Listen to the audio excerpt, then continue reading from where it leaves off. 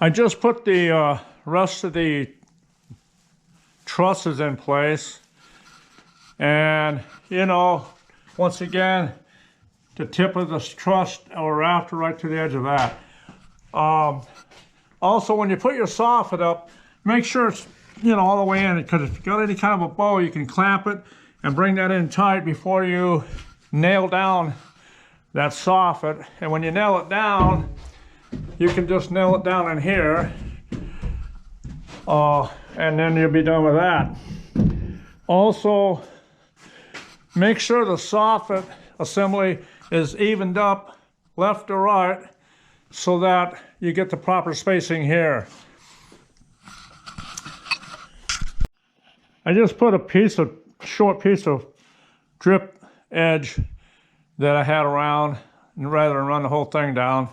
The corner trim I'll show you how I do it. And by the way, I don't know if I mentioned, but this trim that I'm using is all fur strapping. It's a little wider than some fur strapping, so it doesn't look too bad, but it's so much cheaper than going with number 2 pine right now. Number 2 pine or common pine is so expensive. And I just went out and bought, you know, a bundle of 10. I'll need more because the doors end up taking quite a bit. So once the corner trim comes up, I pre-make them, and butt them up, shoot them right in there quick. Then there'll be a little bit of a return right here that'll finish that off. On the corner trim, I got a couple on the front here just tacked in to show you how I do it. I got these little returns right here that I made out of some 1x4 pine, and you don't have to have them come out this long. And if you don't have extra pine around, you could use this. If you use this, you know, you're limited. I got another piece here. You could do that, and if you notice, this is 2.5 from here to here. So you're limited, you're barely coming out beyond your corner trim. However, you can do it if you're not real fussy, or you can get wider pine and make them whatever you want to come out to that distance. When I make the corner trim, I take 2 pieces. I pre-nail them together with my nail and finish gun, so I could use 6-penny coil nailer, but sometimes it'll split if you're not careful. Sometimes I'll rip this piece down to 2 inch, cut a 1/2 inch off. This, of course, is 2.5, and if you rip a 1/2 off here, you end up with 2.5 this way. You don't have to do that. You could put the full piece on here, and it really doesn't matter. I've done it many times. To cut out your little returns, if you were going to use some wider pine, you can do it on a miter saw. Cut one angle at 49 and the other set your miter saw up at 41. And that'll give you the right, because those 2 angles are different if you remember on your rafters how they came out. 49 on one and 41 on the other, total of 90 degrees ends up. Another thing is when you're putting your sheathing on, which I had a sheet up here earlier, I took it off because I'm going to be removing all this. I won't be able to shingle this in that garage here and get it out. These, once you get your 2 ends of your sheathing on, just line these rafters, because you notice they're still, you know, they'll still wobble around. So you can just put them on 2-foot center and then nail it in and run your nailing down each rafter side. We got to mention that after I got this gable in, here's the rear, I put in like a top plate, if you want to call it that, and just one single stud down to another plate. I added these in after this was up and the rafters are in place. Now, you could do this in a lot of different ways, which I have, but you don't have to go through the same procedure. And in the front here, I added in this top plate, which kind of matches the top plate here. And then I put in 2 studs on each side of the door. Those I ran right down to the floor. I didn't even put a little plate down there. If you wanted to tuck a little plate in here, you could. But and I might, you know, just to nail this into that. We'll see. If you didn't, wouldn't really matter too much. So what I did then is cut my door.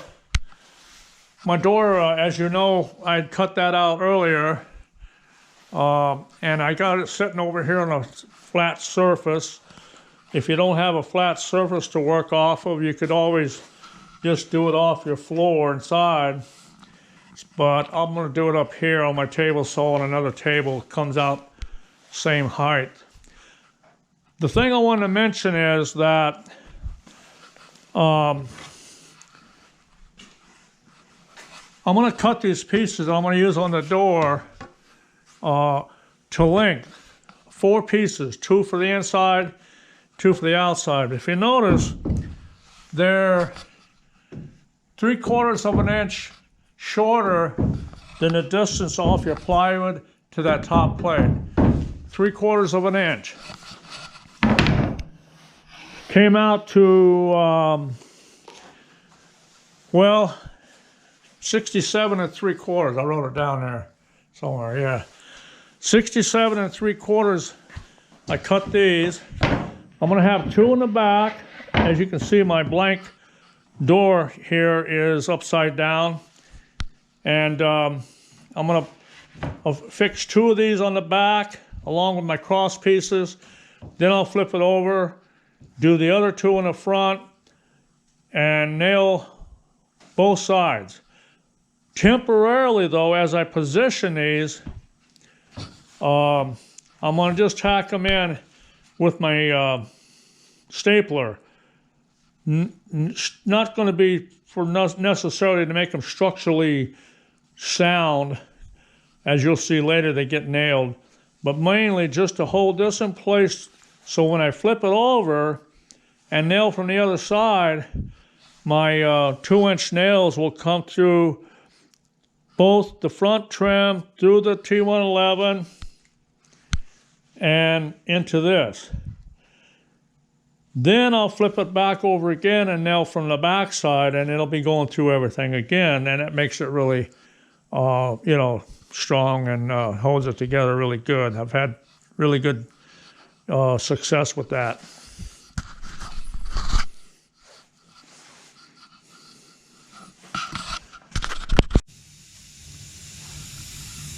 As you recall, the width of this door was 30 inches when I cut it out, so I got 30 inches clearance here between the 2 frame door side studs. What you want to do, at least what I do, is whatever that is over there, I take off a 1/2 inch. So I end up making this blank 29.5, not cut it down. Then I work from the top, this is the top, and work my way down. And I'll show you what I do later there. Also, I try to make sure that when I did cut this blank out, that I did a halfway decent cut on the top and a square. Check it with a T-square or measure from the factory edge up both sides and then trim it if you have to. So now, I'm going to tack this back brace flush along the top and the sides, and this is just to keep it in place. I don't have to put a lot in. If you got a lot of bow, you might want to force it over and put an extra couple in to hold it in place. Right now everything's running pretty straight, but I keep it flush all the way down. You know, move this piece around, whatever you got to do to make it run down straight along that edge. Then I'll come along here and do the same thing. flush on the top, flush on the side, line it up nice, and put that in place.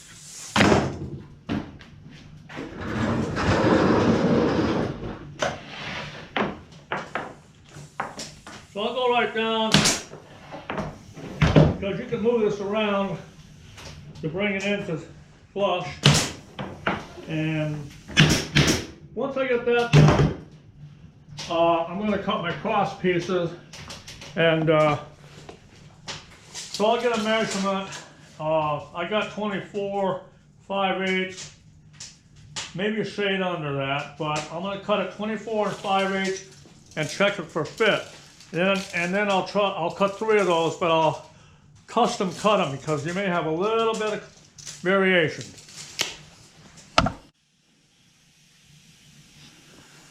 I've got all those cut and in place. Something I was going to mention to you is, if you notice this blank's got a bow in it, mine happens to be pretty straight. If it has a bow in it, you can check these for a bow and reverse them. That'll help try to bring some of that out. If it's a lot of bow, when you get to the front, if you can take that out by a couple methods before you shoot the first set of nails in, it'll kind of take that bow out and keep it out. So I'll line this right up nice and close across the top. Put enough just to hold that. Same thing in the middle. And the bottom.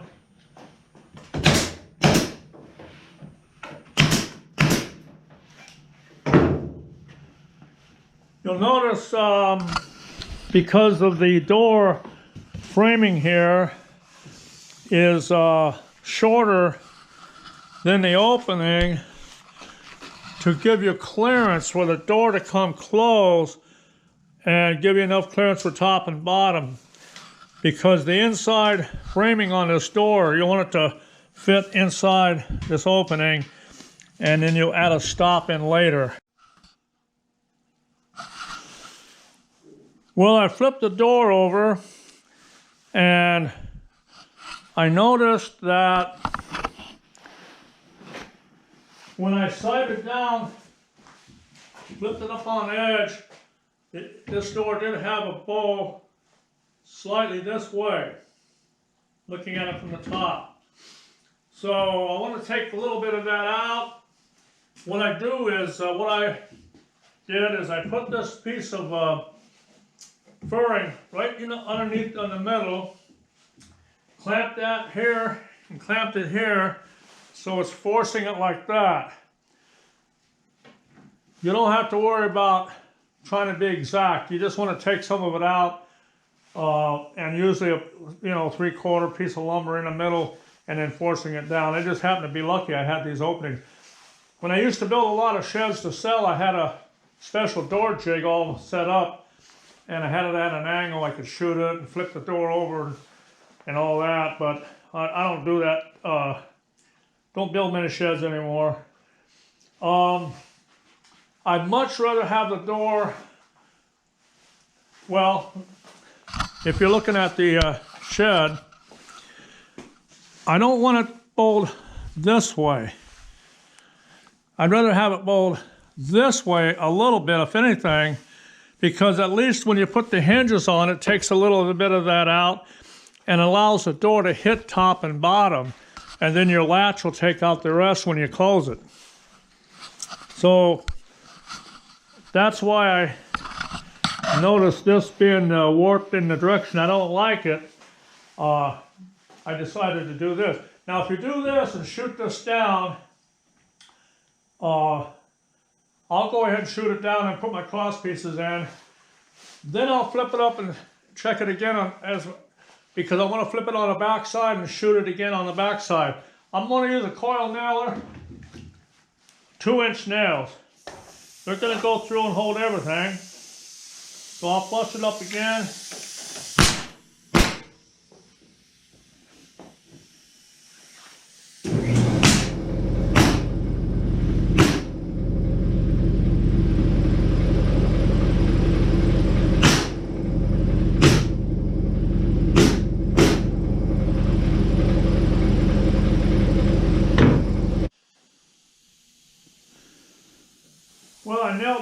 side and cut my pieces. So I'll nail them in.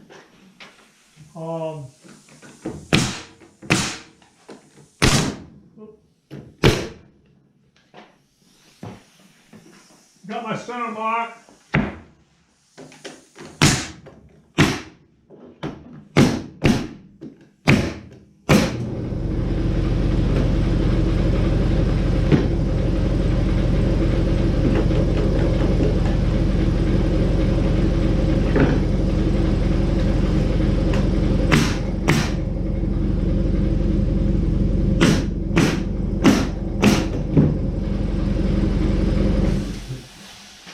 Now I'm ready to flip it over and shoot it from the back side. I'll check my bow, see if I want to do anything.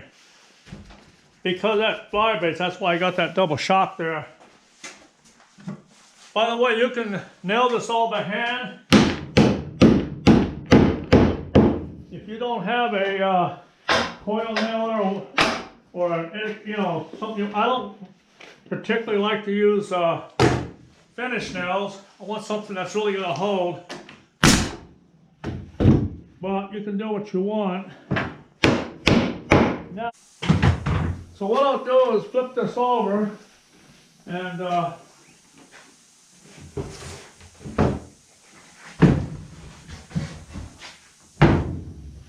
see nothing come through now with the 1 3/4. So this door, it's almost done. A lot of times I'll put a cross buck in here. And of course a lot of sheds probably most of them I've done double doors to give you a wide entrance, but not on something like this. What I wanted to show you though is, now that you got the door built, you want to trim off this excessive overhang. So I'm going to trim off I'm going to leave about 1 inch. It's kind of easy to cut it off after the door is built, because what you can do is, when I've got my cordless saw, and the reason is that it leaves about 1 inch.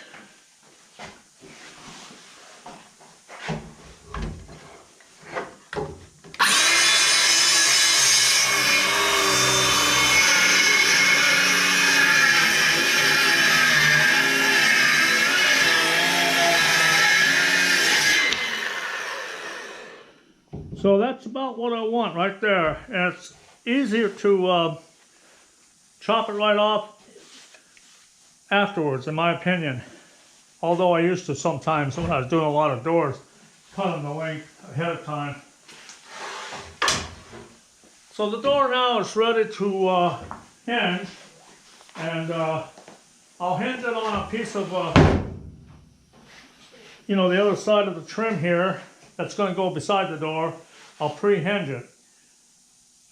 Don't have to, but I used to do it that way. To speed up the process when you're on site.